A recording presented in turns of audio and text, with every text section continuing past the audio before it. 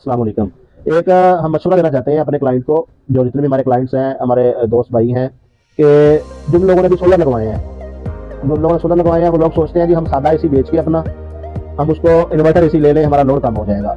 मैं आपको एक चीज़ बताता चलूँ इधर कि जब एसी आप इन्वर्टर बेच के सादा लेते हैं, सबसे पहली बात है, जो इन्वर्टर एसी आ रहे हैं उनकी क्वालिटी इतनी इतनी गिरी हुई है कि मैंने अभी भी मेरे पास ये एसी पड़ा हुआ है, इसी लीकेज के सिलसिले में हमारे पास आया था।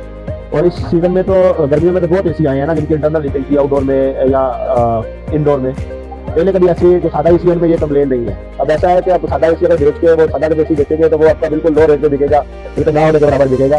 तो उसको आप हीटिंग में करवा सकते हैं, जो सादा एसी है उसको आप हीटिंग में करवा सकते हैं। और जो वो एनर्जी जो बचाने की बात है, एनर्जी कम यूज़ करता है, इन्वर्टर वो बिल्कुल कम करता है, लेकिन उसकी कुछ शराइत है।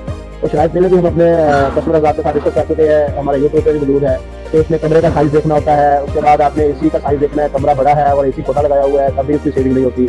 माल तरह ऐसा होता है कि ऊपर वाला पोर्शन होता है, शीशे वाला कमरा होता है, उसमें आप 1 टन का एसी लगा देते हैं, वो भी सेविंग नहीं करता।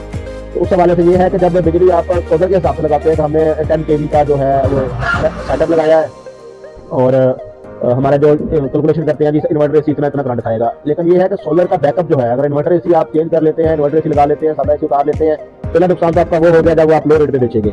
दूसरा नुकसान आपका होगा जब अगर नया एसी इन्वर्टर लेंगे, उसकी मेंटेनेंस जो है उसको आपको करवानी पड़ेगी, सर्विस करवाना पड़ेगा हर साल लाजमी। सादा एसी 3 साल 2 साल गुजारते थे।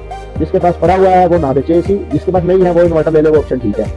और दूसरी बात ये है कि जब आपके पास करंट जो है 10 केवी का सेटअप लगा हुआ है, उसके हिसाब से आपने एसी सारे लगाए हुए हैं अपने घर पे। जितना अगर सादा एसी करंट लेता है स्टार्टिंग के वक्त, उतना ही इन्वर्टर एसी करंट लेता है। एक इन्वर्टर एसी की स्पीड होती है, वो पीक हावर जब जाता है, पीक पे जाता है अपनी पे, जब वो फुल परफॉर्मेंस दे रहा होता है एसी, उस वक्त ये सिस्टम होता है कि उसके एम्पेयर जो है वो सादा एसी के बराबर ही होते हैं, उससे कम भी होते हैं। इसी कम कम एम्पेयर कैसे होते हैं? एम्पेयर कम ऐसे ही होते हैं जब कमरे में कूलिंग हो जाती है और उसके सेंसर लगे होते हैं इन्वर्टर एसी में, वो बताते हैं कि बाहर कि आप कंप्रेसर को स्लो कर देते हैं, इस तरह के जो है ना एम्पेयर कम हो जाते हैं। लेकिन सोलर जब आपका बैकअप है, आपके वोल्ट जो बन रहे हैं सोलर में से, वो उतने ही इन्वर्टर को भी उतने चाहिए स्टार्टिंग के लिए एक दफा, और सादे एसी को भी उतने चाहिए। और जब आप उतने एम्पेयर चाहिए, सादा के लिए भी उतने चाहिए, इन्वर्टर के लिए भी उतने चाहिए, तो फिर आप इन्वर्टर बेच के सादा क्यों एसी ले रहे हैं? तो इसमें किसी बंदे को समझ ना आए इस वीडियो में, क्या वो क्लियर करना चाहे तो मेरे साथ रब्ता करके इस पे क्लियर कर सकता है कि सादा एसी बेचने की जरूरत नहीं है।